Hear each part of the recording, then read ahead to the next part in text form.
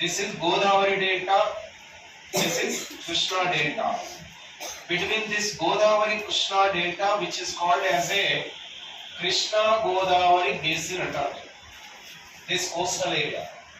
So between that Godavari Krishna delta on continental shelf of the Andhra Pradesh, this continental shelf which is called as a KZ basin. Okay.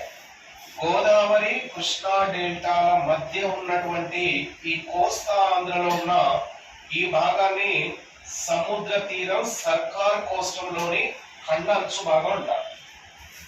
ఈ ఖండ అంచు భాగంలో మనకు ఎక్కువగా drill చేసి crude oil బావుని తవ్వడం జరిగింది.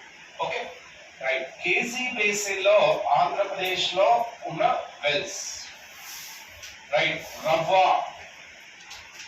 రవ్వ crude oil well, రవ్వ ముడి చమురు బావి. రెండోది Narsapur crude oil well, Narsapur crude oil well.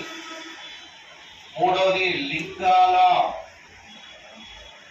Crude oil well.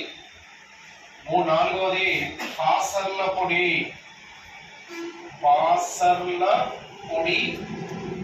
crude oil well. These are very very important. Biggest crude oil well from Andhra Pradesh.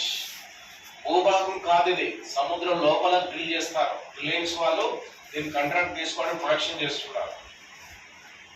So